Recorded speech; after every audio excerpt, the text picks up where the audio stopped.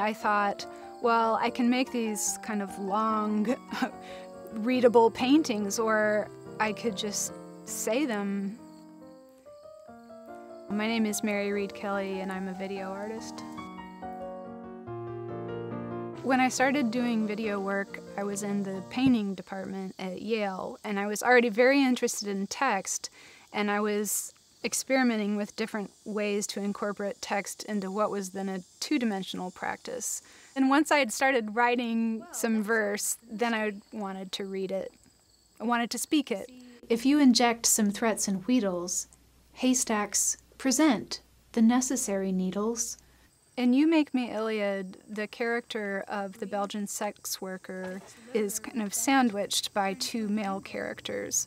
A young German soldier who's sitting in his bunker trying to write an epic poem. And then the other male character is a German army medical officer. The only information you can get about the woman is from these two sources. There's a whole amazing body of poetry that was written by men who were actually in battle at the time. The men in the field will often write about women. They might meet them at bars. They might visit the brothels. The medical army character, there's just a lot of medical records because of the army bureaucracy left. And so kind of between those, you could start to kind of fill in the gaps about what the women's lives would be like.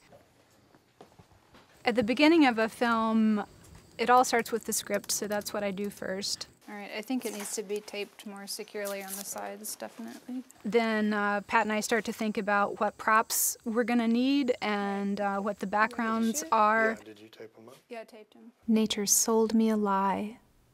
The Syphilis of Sisyphus is a monologue, basically, by the main character, Sisyphus, a Parisian sex worker, and she's a fairly one-dimensional character, and that dimension is bitterness. I beget all of you! I beget you! And being angry at a world that has failed you. I beget you! One of the things I've always liked about MacArthur is that they give the award sometimes to a younger person. And I can still be a young artist.